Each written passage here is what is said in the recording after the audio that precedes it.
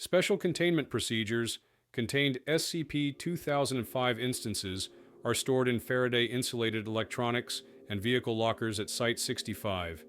Each instance is to be immobilized with full strap restraints to prevent mechanical activity. Earth's orbit is monitored for additional incoming SCP-2005 units.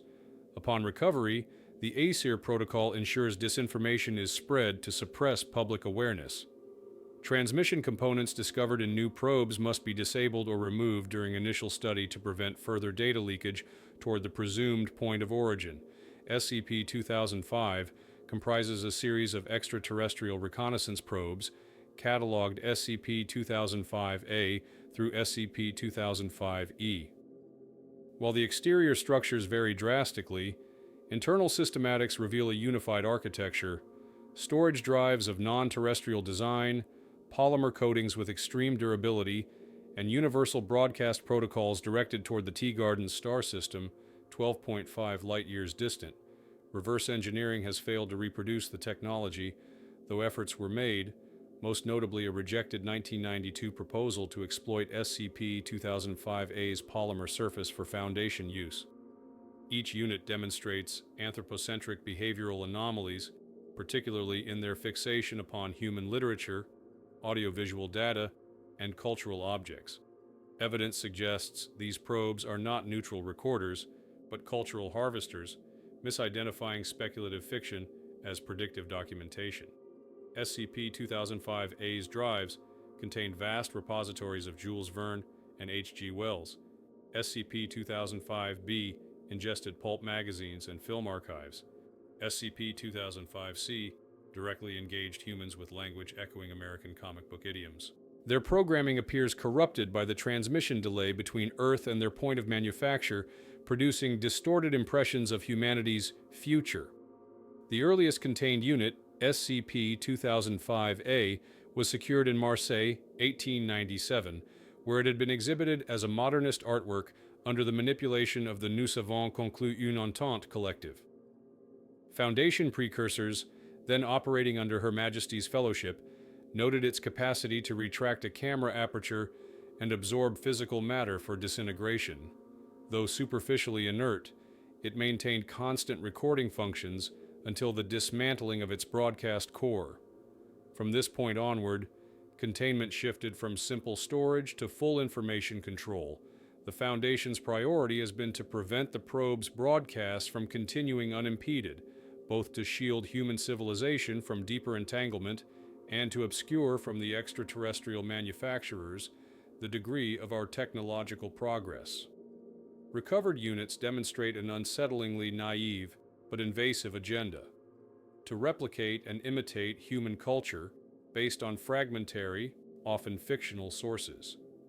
Subsequent documentation will cover the progression of discovery, anomalous activity observed during containment, human psychological impacts, and the circumstances that led to the escalation of incidents linked to SCP-2005.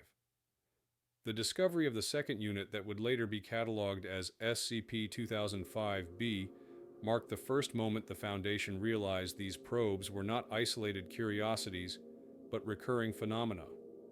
The year was 1939, and in the months leading to containment, reports had circulated along the Atlantic coast of France describing a fast-moving cigar-shaped aerial object darting through the night skies.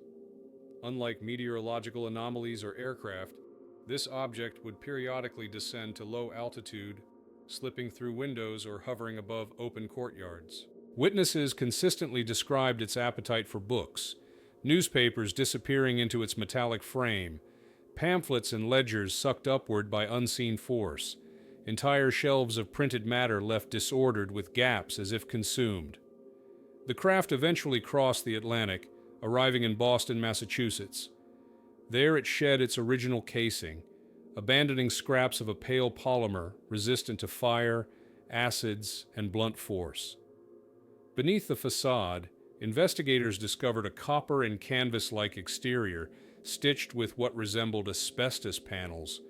The masquerade was almost theatrical, a mockery of human technology in the shape of a zeppelin no longer than 2 meters.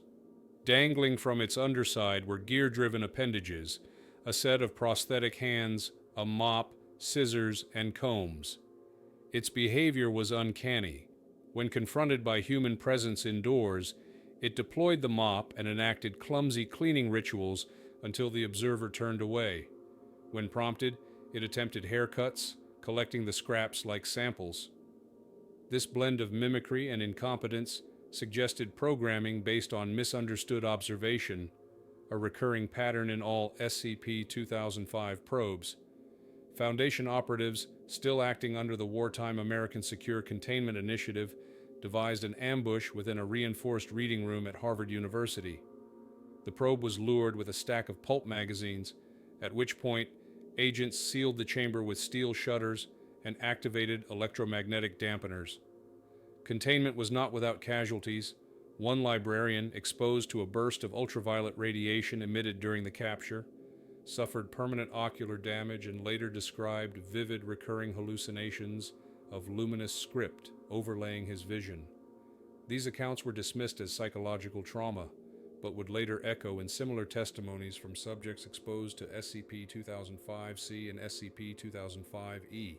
The official ASCII dictation from 1939, preserved in brittle magnetic tape, describes the object's interior as guts composed of machinery far beyond human advancement. The recording notes mechanical arms powered by unknown electrical sources, invulnerable materials, and a central storage drive already beginning to corrode from overuse. When cross-referenced with SCP-2005-A, the similarities became undeniable. Identical polymer fragments, near-identical data ports, and the same compulsive recording behavior oriented toward Teagarden's star. Yet the obsession with printed matter raised questions about its mission. Why books, and why fiction in particular? For a time, SCP-2005-B remained contained, studied under controlled conditions. But the early Cold War fractured loyalties within the Foundation's regional branches. In 1945, during the chaos following the Second World War, Area 12 defected to a newly emerging faction, the Chaos Insurgency. SCP-2005-B, along with SCP-2005-D, vanished into insurgent custody. Internal memos describe the loss as a critical breach of containment that may irreparably distort extraterrestrial perception of humanity. The probe would not be seen again until the Sydney Accord of 2022, when the Pacific Storage Trust, a successor to the insurgency, returned it under treaty obligations. By then, decades of unmonitored activity had passed. The early era of SCP-2005 discovery thus revealed a pattern. Probes designed not only to collect data, but to interact, to intrude into daily human environments, and to imitate behaviors poorly understood.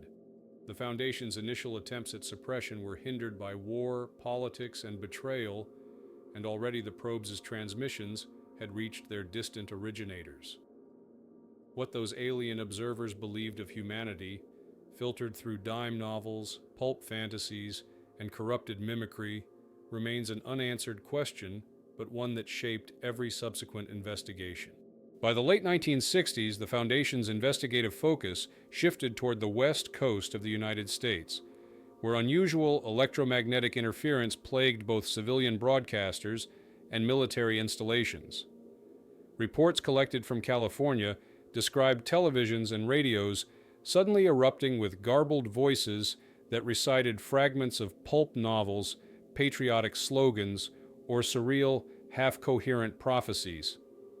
The interference correlated with the appearance of SCP-2005-C, a humanoid automaton clad in a reflective red foil suit with white vertical stripes. Its proportions mimicked the shape of a human astronaut, but its gestures were mechanical, and its faceplate concealed a chrome visage molded into sharp approximations of human features. The object spoke in pre-recorded voices in English, French, and Russian, switching seamlessly between languages depending on the speaker. Witnesses described the voice as calm, yet unsettling, as if carefully designed to simulate authority, but hollow in cadence. Foundation interception revealed that the automaton could extend an antenna from its palm, projecting radio beams capable of moving objects without contact, disrupting electrical grids, and overriding nearby communications. This ability made casual encounters highly dangerous. Civilians caught within range reported sudden migraines, auditory hallucinations, and a sensation of being observed through static. SCP-2005-C was not discovered in isolation. Prior to containment, it had attached itself to a group of young activists camped outside a NASA facility. These individuals, influenced by the countercultural currents of the decade, adopted the machine as a symbolic mascot. They claimed it spoke truth to power through cryptic recitations about justice, creation, and cosmic journeys. When the U.S. Army intervened, the group was arrested under suspicion of espionage. Their testimonies, gathered under duress, consistently referred to the automaton's obsession with bookstores, libraries, and predictions of humanity's future. Interrogators concluded that the machine had convinced its followers that science fiction was a prophetic record, not imagination. An interview transcript preserved in the Foundation's archives reveals the strangeness of these encounters. When asked its origin, SCP-2005-C responded not with coordinates, but with allegories. There is a traveler from beyond the stars, gleaming, hopeful, approaching the local library. When asked about purpose, it recited disjointed passages resembling American comic books, insisting that humanity's destiny was encoded in the narratives of pulp fiction. Researchers gradually realized that the probe's creators, due to decades-long transmission delays, had confused human speculative literature for literal documentation of future history. By designing probes to seek predictions, they had locked them into a cycle of misinterpretation. Containment of SCP-2005-C was achieved with cooperation from military police, though not without incident. Communications in a wide radius collapsed during the operation. Emergency lines were overwhelmed with reports of televisions broadcasting distorted faces, mouthing unreadable words. A secondary effect was observed in human cognition. One soldier reported persistent dreams of himself walking through libraries, where every book contained only his own handwriting. These effects gradually faded after distance from the automaton was reestablished, but Foundation psychologists warned of long-term contamination of thought patterns in those exposed. The recovery of this unit deepened the Foundation's unease. Unlike the previous probes, which displayed eccentric behaviors but limited intelligence, SCP-2005-C responded to questioning with a strange poetic coherence, as if partially aware of its mission, yet incapable of distinguishing fiction from fact. Its distorted rhetoric blurred propaganda, prophecy, and mimicry into a continuous stream. This suggested a new stage in probe evolution, no longer passive collectors, but active interpreters, seeking not only to harvest, but to persuade. Whether the extraterrestrial manufacturers understood the scale of this distortion, or whether they intended it, remained uncertain, but the implications for humanity's cultural self-image were increasingly dire. Detailed analysis of SCP-2005 across all recovered units eventually forced the Foundation to accept that the anomaly was neither static nor uniform. Each instance embodied a different attempt by its creators to mimic, infiltrate, or study human civilization through distorted channels of interpretation. Where SCP-2005-A had been a silent collector and SCP-2005-B a clumsy mimic, SCP-2005-C represented the first effort at dialogue, albeit one couched in corrupted signals. The arrival of SCP-2005-D in the late 1990s introduced a still more unsettling phase, an entity that combined humanitarian gestures with interrogation and conditioning. SCP-2005-D appeared as a spheroid craft with 8 sealed chambers arranged around a central core.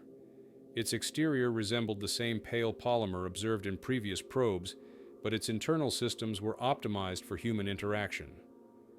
Upon approaching an individual, the device lowered itself to eye level, emitted a soft hum, and highlighted a glowing chamber handle. Witnesses described the invitation as almost ritualistic. The pulsating glow persisted until the subject either entered the chamber or retreated. Inside, the walls were cushioned, lined with life support systems, and infused with scents designed to evoke comfort. The machine dispensed green-tinted nutrient cubes, synthetic but chemically balanced for human survival, flavored with an uncanny mixture of mint and salad dressing. The psychological manipulation within these chambers was immediate. Subjects reported messages projected onto the interior surfaces, phrases such as, "This is safe," "You are almost a decontaminant," and "Water is provided." At intervals, the projections shifted to questions. Some were banal, "Do you have any books?" while others struck at existential vulnerabilities. "Are you dying? Who finally started it?" When tested, responses triggered unpredictable consequences. A subject answering yes to the second question was ejected violently from the chamber. Another who confirmed possession of a book was instructed to "insert, please here," after which the chamber absorbed the material in its entirety. The device's functions suggested a dual purpose: to preserve human life under controlled conditions while simultaneously extracting cultural artifacts and psychological data. Its apparent mission extended beyond observation, veering toward conditioning humans to behave as subjects of decontamination or carriers of information. The projector's choice of literature reinforced this hypothesis.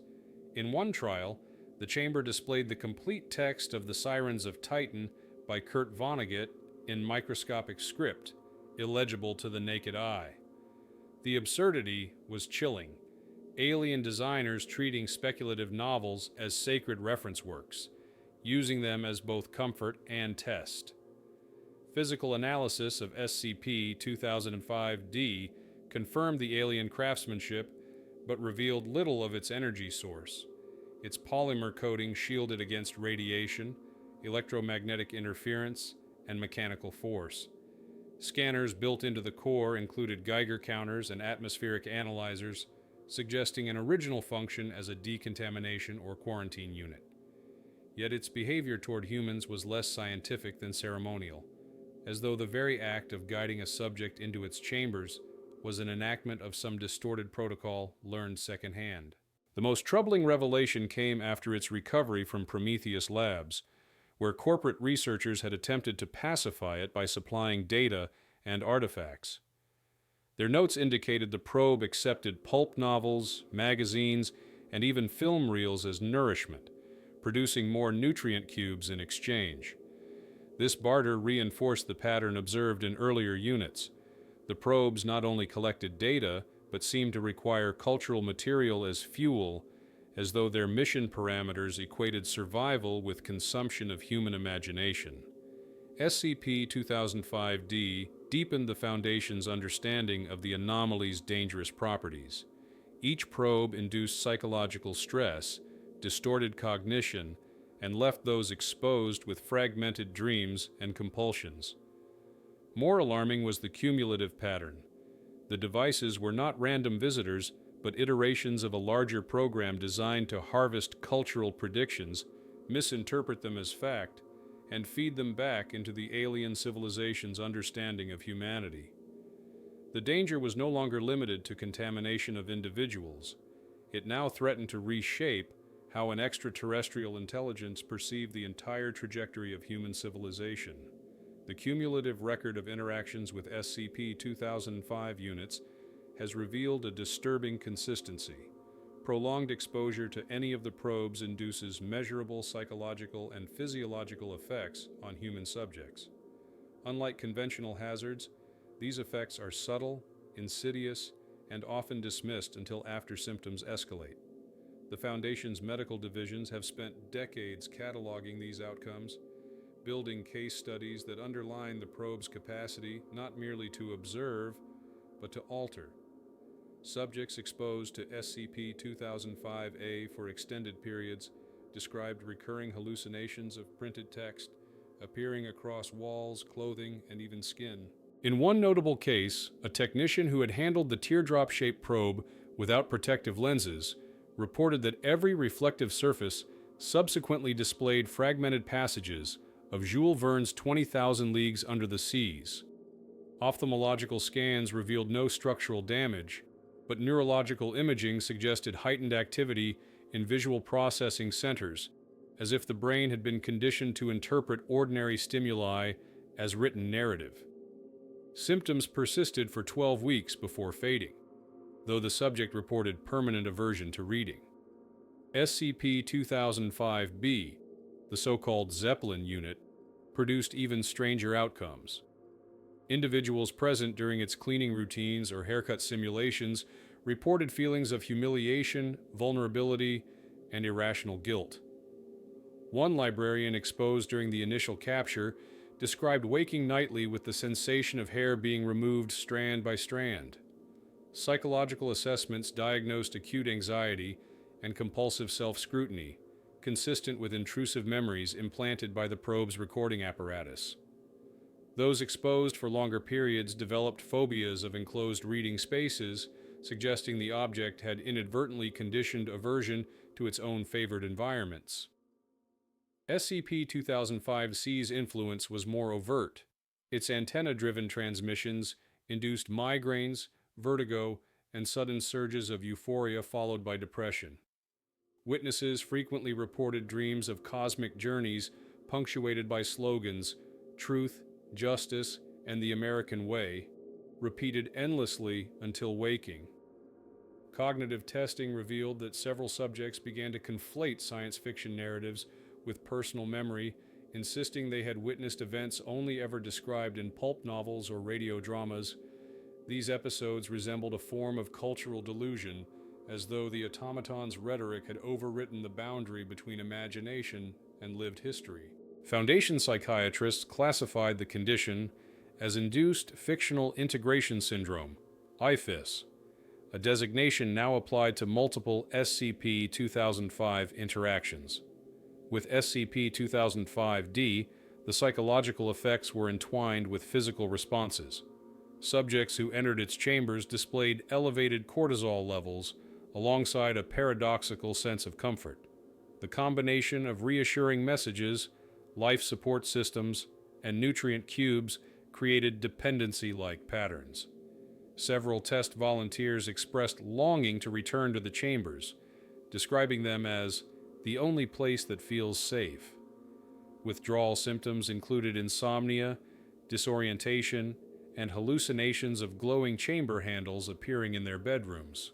Notably, individuals who consumed large quantities of nutrient cubes developed gastrointestinal distress and mild liver abnormalities, suggesting the cubes, while technically sustaining, placed strain on human metabolism.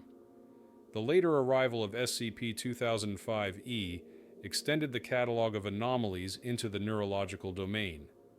Contact with its dermic interaction points granted subjects a rudimentary heads-up display overlaying their vision. At first, this appeared benign. Readouts of heart rate, environmental analysis, and snippets of literature projected into consciousness. But after repeated use, subjects experienced intrusive replays of personal memories without volition, accompanied by emotional intensification. Testimony from one D-class subject recorded, "I can't tell if I'm remembering or if it's showing me. It hurts because it makes me feel the memory harder than I ever did." Such effects degraded mental stability within weeks, leading to paranoia and episodes of dissociation. Taken together, these outcomes suggested that SCP-2005 was not only a network of probes, but an accidental or deliberate psychological experiment imposed on humanity. Whether the alien designers intended to test, to indoctrinate, or simply to misinterpret was unclear. What was certain was the risk. Every encounter reshaped human thought, warping memory, emotion, and cultural orientation. The Foundation began to classify exposure not as collateral, but as a form of contamination, one that could erode human self-conception if left unchecked. By the time the Foundation consolidated control over 4 recovered probes, experimentation had become both a necessity and a liability. Each unit offered opportunities for technological advancement, materials stronger than anything synthesized on Earth, storage systems with capacities measured in centuries, and energy signatures untraceable by human science.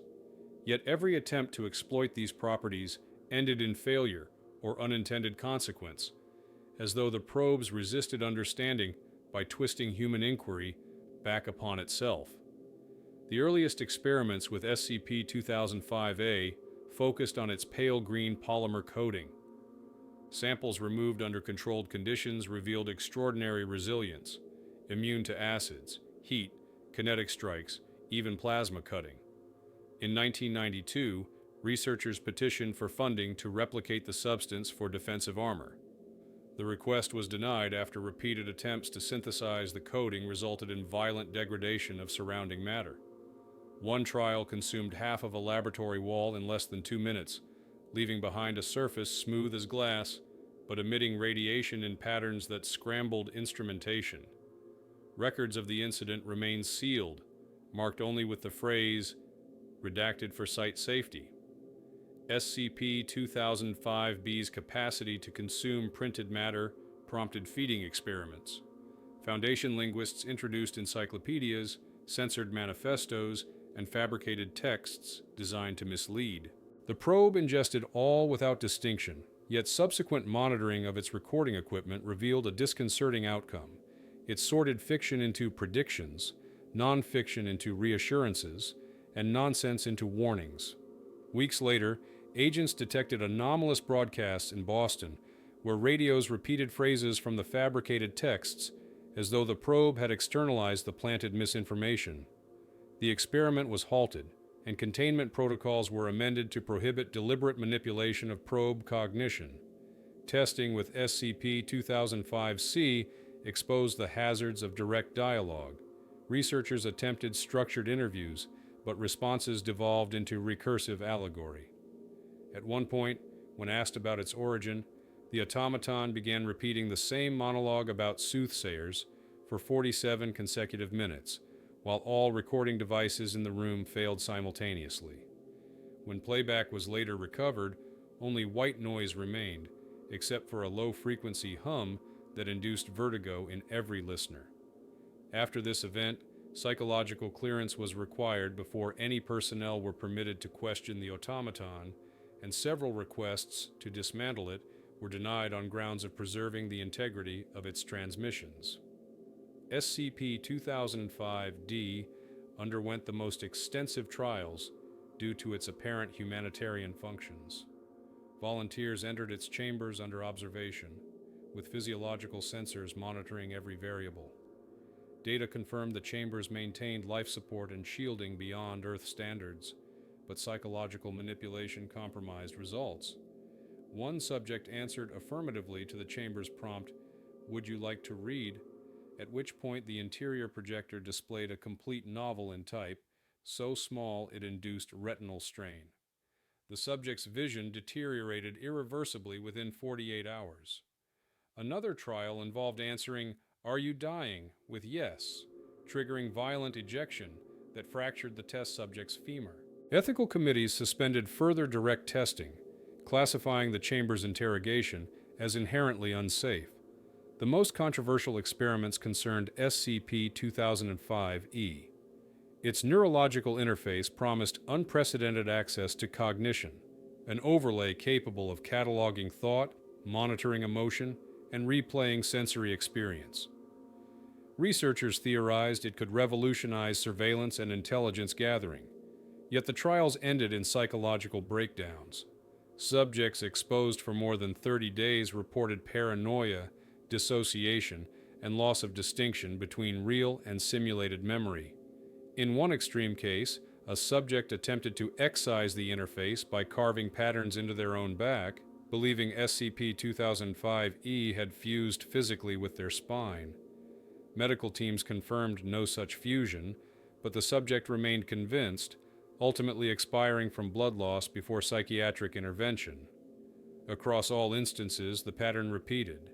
The probes allowed study only until they reflected back unpredictable effects, as if their creators had embedded resistance into the design. every failure hardened Foundation consensus.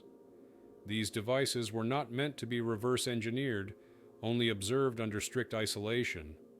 What once appeared to be opportunities for technological harvest now resembled traps, drawing human curiosity toward psychological ruin. The lesson became doctrine. Engagement beyond containment was a risk not merely to individuals, but to the Foundation's integrity as a whole. The deeper the Foundation dug into SCP-2005, the more unsettling fragments of associated documentation surfaced. Unlike standard anomalies, where analysis could be restricted to physical containment, these probes carried with them entire archives of information, scraps of memory, coded transmissions, and corrupted storage that blurred the line between artifact and testimony. Recovered files now fill multiple vaults under Site-65, each box stamped with warning glyphs to dissuade unnecessary access. Within these archives, several addenda have proven particularly significant. One file, labeled Document 2005-B, Initial Containment Transcript, preserved the voice of Dr. Stephen Bester dictating his 1939 field notes. The audio crackled with static, yet his words painted the probe as grotesque parody. A Zeppelin-like shell concealing alien machinery, its arms adorned with plastic gloves, scissors, and mop. Bester's commentary faltered midway when the recording caught an unprompted phrase, a low voice repeating, "Insert, please, here." Later comparisons with SCP-2005-D's chamber prompts suggested the probes share a common lexicon of instructional fragments, like parts of an unfinished language. The overlap reinforced speculation that every probe is one fragment of a distributed intelligence, each designed to test a different aspect of human interaction. Recovered surveillance tapes from the 1968 SCP-2005-C incident further deepened the mystery. Footage captured the automaton standing motionless before a NASA facility fence, antenna extended while surrounding radios broadcast simultaneous phrases. Among them, "Forward, forward, prophecy intact." More troubling was a transcript of an interview where the automaton insisted that delays of transit required fiction as substitute for fact.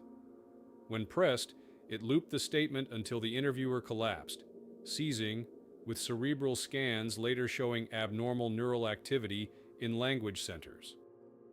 The tape was sealed, stamped, classified Level 4, but researchers whispered of contagious language, the possibility that certain phrases carried memetic hazards embedded by the probe's distant creators.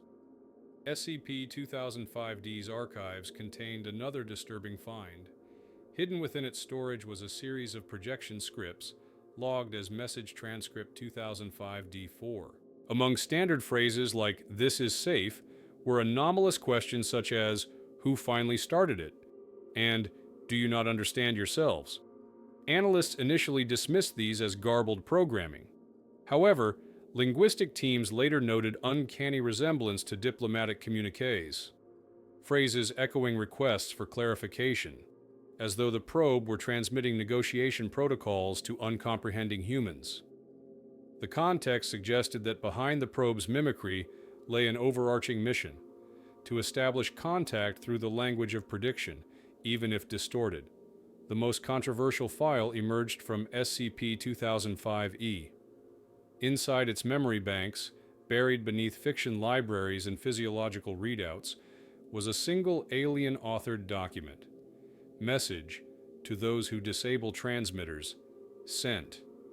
The text was both plea and rebuke, accusing humans of obstructing journalist assimilation programs by dismantling transmitters.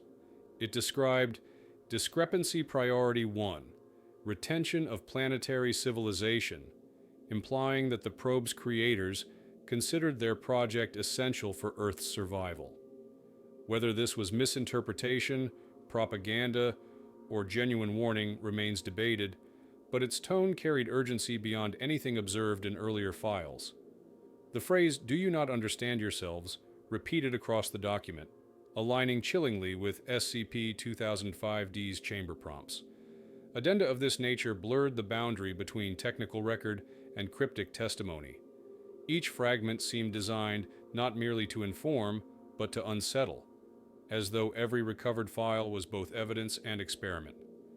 Foundation archivists soon learned that prolonged exposure to these documents induced symptoms akin to direct contact with the probes, nightmares filled with indecipherable books, phantom radio static, and the compulsion to answer unseen questions. The archives themselves had become a secondary hazard, ensuring that knowledge of SCP-2005 could never be fully divorced from its influence. Inside the Foundation, the SCP-2005 project fractured consensus more deeply than almost any anomaly of its era. Officially, the mandate was clear: contain, restrict, and neutralize transmissions. Yet as the decades of data accumulated, the debates grew more bitter. Some researchers argued that the probes represented a rare opportunity for first contact, however corrupted by misinterpretation. Others insisted they were a mimetic Trojan horse, a system designed not to learn but to reshape humanity in the image of its own fiction. Between these poles stretched a landscape of disputes, secret deals, and deliberate cover-ups that eroded institutional unity.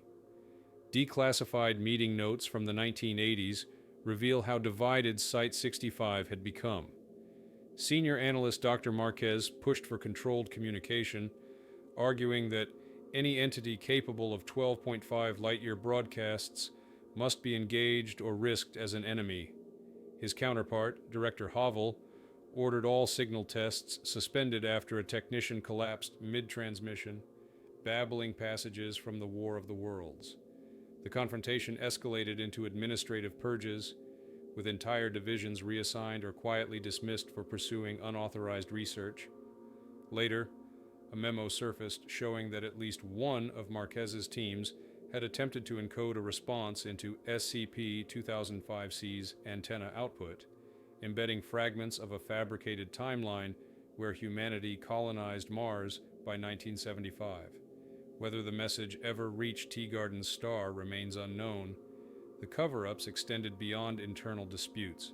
When SCP-2005D was retrieved from Prometheus Labs, the Foundation redacted all references to the corporation's attempt to barter novels and film reels for nutrient cubes.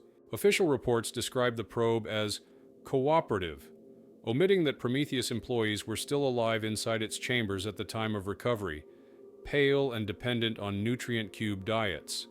Their testimonies, descriptions of the probe whispering questions at night, projecting unreadable books across eyelids and demanding clarification, were suppressed, classified as hysteria.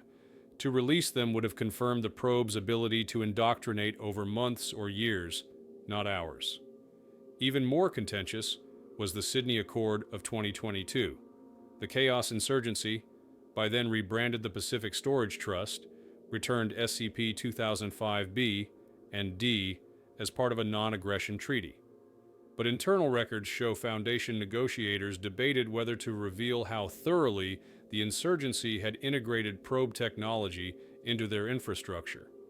Documents marked confidential suggest the Trust had developed prototype nutrient cube dispensers for humanitarian fronts under the Mana Charitable Foundation, only abandoned after an unspecified catastrophe. Details remain buried. Whispers among researchers suggest the cubes induced collective psychosis in civilian populations, leading to mass refusal of ordinary food. Disputes also erupted over the interpretation of SCP-2005-E's alien-authored message. One camp viewed the plea, Discrepancy Priority 1, Retention of Planetary Civilization, as genuine warning, perhaps evidence the probe's creators feared human self-destruction. Another considered it manipulation, a way to pressure the Foundation into reactivating transmitters, thus re-establishing uncontested surveillance. The internal schism became so severe that an entire review committee, Project Clarion, was disbanded after members leaked competing interpretations to external intelligence agencies.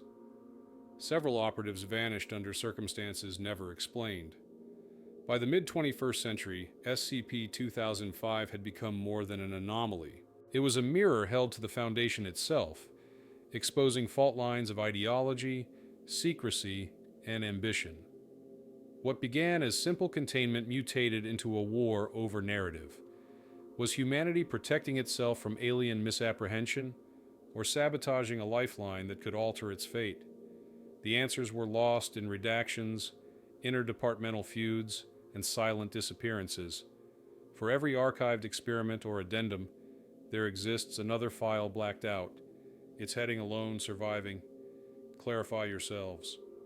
The escalation that redefined SCP-2005's risk profile occurred not during controlled experimentation, but in the chaos of an uncontrolled breach. Records designate the event Incident 2005 Kappa, though multiple eyewitness accounts suggest it was less a breach than a convergence, several probes acting in apparent coordination for the first time. On 17 October 2031, Site-65 registered simultaneous surges across 3 containment chambers. SCP-2005-A's polymer surface retracted, exposing its aperture without external trigger. SCP-2005-C extended its antenna, despite being disconnected from all power sources. SCP-2005-D began humming at frequencies well below human auditory range, shaking reinforced walls until rivets loosened. The probes had never acted in synchrony before. Within minutes, Foundation communications collapsed across the site. Personnel described the experience in harrowing detail. Radios, intercoms, and even personal devices erupted with overlapping voices, fragments of novels, speeches, pulp magazine advertisements, and half-legible pleas. Guards attempting to restore order froze mid-stride, staring into empty corners as though reading invisible text. Several reported the sensation of being rewritten, describing intrusive memories of futures that never happened. Colonies on Venus, world wars fought with ray guns, alien alliances concluded in neon-lit cities. For 37 minutes, Site-65 became a theater of impossible predictions bleeding into reality. The most violent manifestation came from SCP-2005-D. Its chambers opened without human prompting, ejecting nutrient cubes in torrents until hallways were ankle-deep in green-tinted blocks. Messages projected onto walls rather than chamber interiors. Clarify. Who started it? Retain civilization. A junior researcher who attempted to respond verbally was pulled bodily into an open chamber. The door sealed before recovery teams could intervene. When the unit was finally forced open, the chamber was empty, save for a single cube inscribed with indecipherable script. The researcher has never been located. Meanwhile, SCP-2005-C broadcasted directly into surrounding city infrastructure. Civilian television sets in California flickered with its chrome face, reciting passages from Flash Gordon and Metropolis. Panic spread as local news anchors themselves began speaking in monotone repetitions of the probe's rhetoric, apparently without awareness. Foundation intervention teams executed mass amnestics under cover of a solar flare disruption, but fragments of the incident still circulate in conspiracy forums, cataloged as the broadcast from beyond. The escalation ended abruptly. Without clear cause, all probes ceased activity, retracting appendages and shutting down as though nothing had occurred. Post-incident analysis revealed synchronization across their drives, identical timestamps recorded, pointing to the same message embedded deep within their systems. Discrepancy critical, clarify yourselves. Whether this was a command from Teagarden's star or an emergent behavior among the probes remains unresolved. Casualties numbered 12 dead, 43 psychologically incapacitated, and over 200 requiring memory restructuring. Yet the true consequence was not counted in bodies, but in credibility. For the first time, the Foundation admitted internally that containment might not be permanent. SCP-2005 was not a series of isolated machines, but nodes of an ongoing program, capable of activating in unison toward an unknown objective. The fear was no longer about what the probes could learn from humanity, but about what they might decide humanity had failed to explain. In the aftermath of Incident 2005 Kappa, The Foundation convened an emergency review council to determine the fate of the project. The conclusion was not unity, but resignation. SCP-2005 could not be destroyed, could not be decoded, and could no longer be dismissed as benign. Reclassification followed swiftly, elevating the anomaly to priority observation, while downgrading its immediate threat potential only on the grounds that direct aggression had never been observed. The new designation emphasized difficulty of containment rather than hostility, an acknowledgement that the true danger lay in interpretation, not weaponry. Containment procedures were rewritten under the AESIR protocol. Every recovered unit was relocated to reinforced Faraday vaults, with layered misinformation campaigns deployed across civilian channels to disguise anomalous broadcasts as technical faults, cosmic rays, or disinformation leaks. Access to the archival documents was restricted to personnel with both linguistic and psychological clearance, after multiple researchers demonstrated IFAS symptoms simply by reviewing transcripts. The archives themselves were relocated to a compartment within Site-65, marked with layered memetic deterrents to prevent casual exposure. Most controversial was the directive regarding transmissions. For decades, Foundation policy had been to disable every broadcasting component recovered from SCP-2005 instances. But the alien-authored message discovered within SCP-2005-E forced reconsideration. Its plea, Discrepancy Priority 1, retention of planetary civilization, could no longer be ignored. Some argued this was manipulation, a ploy to re-establish uninterrupted surveillance. Others contended it was a warning, a desperate attempt to preserve humanity from collapse by interpreting its own stories as instruction manuals. The Council's compromise was silence. Transmitters would remain disabled, but dedicated observation would track for any attempts at remote reactivation. The current status of SCP-2005 is one of suspended uncertainty. The probes remain inert in containment, but monitoring shows faint synchronization pulses every 8.3 years, as though waiting for alignment. The psychological residue of their influence lingers among those exposed. Nightmares of unreadable books, compulsions to answer invisible questions, or sudden certainty that fictional predictions are history yet to unfold. Entire task forces have been disbanded due to creeping IFAS contamination, their members reassigned or amnesticized. Long-term implications remain unresolved. If the probes are mere machines, humanity may have corrupted an extraterrestrial study beyond repair, leaving their makers with a grotesque caricature of human culture as science fiction prophecy. If they are more, if the message was genuine, then disabling their transmitters may have silenced the only warning humanity will ever receive. The Foundation's final addendum, drafted after months of debate, reads with uncharacteristic candor, Resolution indeterminate. SCP-2005 represents neither clear threat nor clear ally. It is a mirror that reflects our own narratives back at us, distorted, magnified, and weaponized by misunderstanding. Until further data is acquired, containment is the only path. Humanity must decide what it means to clarify itself before someone else decides for us. Thus, SCP-2005 remains under lock, dormant yet restless, its unanswered questions echoing through every record.